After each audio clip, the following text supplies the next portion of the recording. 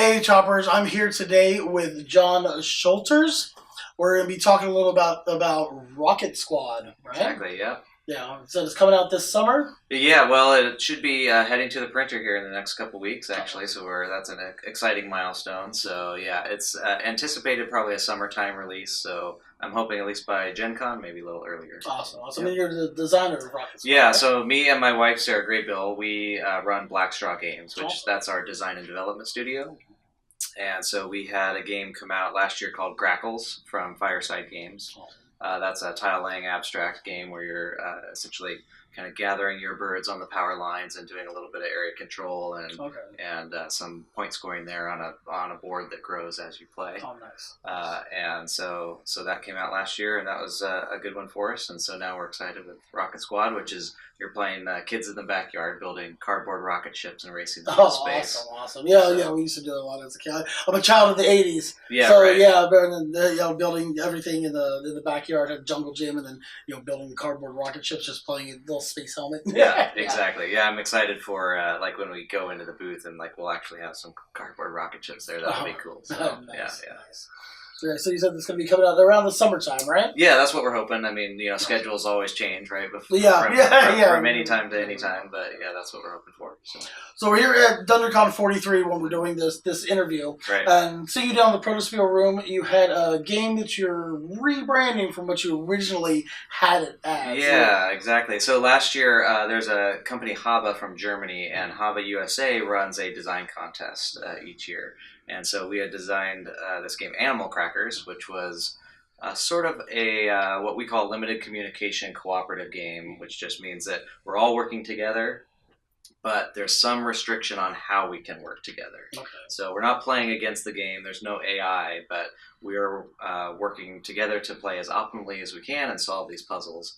And we had intended it to be sort of a kids and family game. Yeah. And had a lot of awesome, cute little wooden animal meeples, and we were visiting this tropical island where we got caught by trappers, and we're trying to break out of ourselves.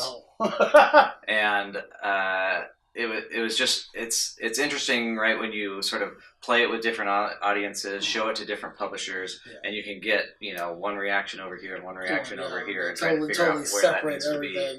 Yeah, and so because we had sort of been doing a lot of different games that were very family friendly, we wanted to maybe, instead of just sort of trying to hit that mark exactly right again, trying to take the same concept and see if we could just make a grown-up game out of it. And basically the kids game would be kind of a trial mode or a tutorial mode. Okay. And then we have all these expanded missions that enhance the difficulty and the puzzliness of the game. Yeah, so the people that were playtesting it here at Protospiel, they look like they were having a lot of fun. I was listening to the feedback afterwards, right. And watching them play it as they're going along, not being able, during the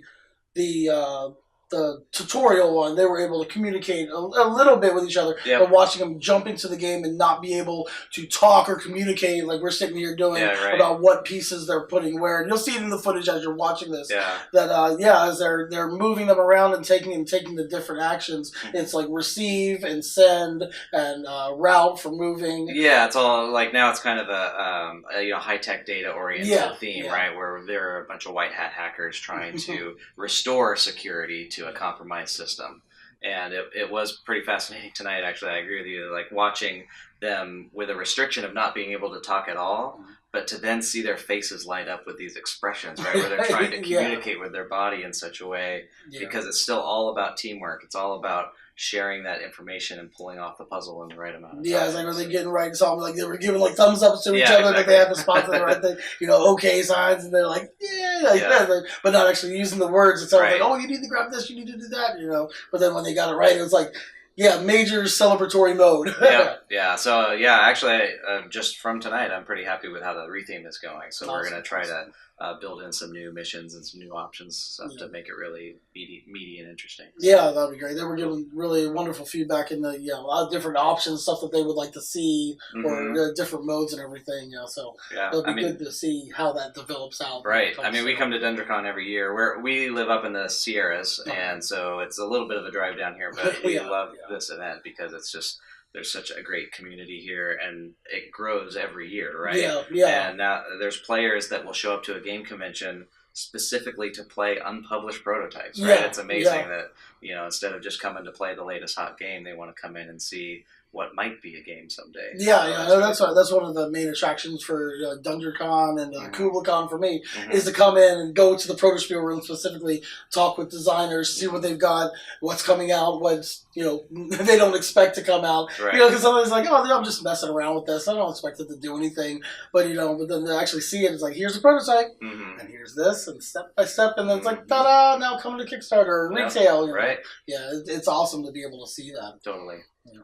So thank you for taking time to sit down with me. Thanks for having me. Yep. So you got John Shulters. Right? I'll make sure I get that name right. It's got Rocket Squad coming out around about this summer. Yep. Yeah. And then make sure you look out for, I don't think we said the name of it. It was originally Animal Crackers. Yeah. But the name, working on a couple names for it. Yeah, we got some techie kind of stuff, blockchain or encode or something like that. Blockchain, encode. So look for it. Make sure you look for that soon. You know, and of course, if it, you know, not if, when it does get produced and manufactured, we'll make sure we stick a link to wherever it's at in the description of this video. Yeah, anywhere with Black Straw Games is where you can find us. Yeah, Facebook, Black Twitter, Straw Games, Facebook. And online, Instagram? Instagram too. I love Instagram. Yeah, I'm posting pictures every day the whole time we've been here. Yeah, totally. Yeah. So thank you for joining me on Behind the Mask. Yeah, thanks very much. And we'll see you next time. Happy gaming. Cheers.